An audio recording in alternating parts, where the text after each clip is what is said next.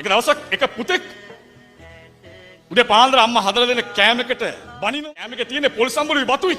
මෙයා බනිනවා මට මේ ජරාවද කන්න තියෙන්නේ. බැනලා ඉස්කෝලේ යන්නේ. අම්මා ඒත් පස්සෙන් ගිහිල්ලා අර පුතාගේ බෑග් එකට අර පොල් සම්බුලුයි බතුයි ඔතපු කෑම එක දානවා. ඉස්කෝලේ ගිහිල්ලා ඉන්නකොට අර වගේම බඩගිනි වුණා. මෙයා යාගේ යාළුවත් එක්ක අර කෑම එක බෙදාගෙන කනකොට මෙයාගේ යාළුවා කියනවා ඔයාගේ අම්මව මට ඊයේ හම්බුණා කොහෙදද කියලා අහනකොට මෙයා කියන ඔයාගේ අම්මව හම්බුනේ ලේදන් දෙන තැනකදී කියලා කියනවා. කෑම එක කන එක නවත්තලා මෙයාට මතක් වෙනවා ඊයේ අම්මා වැඩට යනවා කියලා ගිහිල්ලා අම්මා ඉක්මනට ගෙදර යනකොට අම්මගේ අතේ හාල් කිලෝ 10ක හාල් මිටියක් තිබුණා.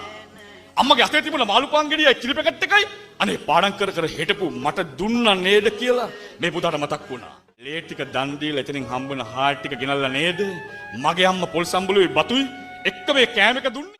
ලේ දන් දෙන කෙනෙකුට පුතේ කලන්ති දානවට දෙනවා අර කිරි පැකට් එකයි මාළු පාන් ගෙඩියයි.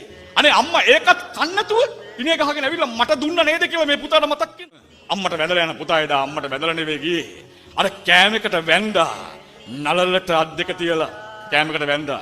ගෙදර ගිහලා අම්මයි කකුල් දෙක අල්ලලා වැඳලා කිව්වේ අම්මේ මං කවදාවත් මගේ අම්මට සැරෙන් වචනයක් කියලා කෑ ගහන්නේ නැහැ.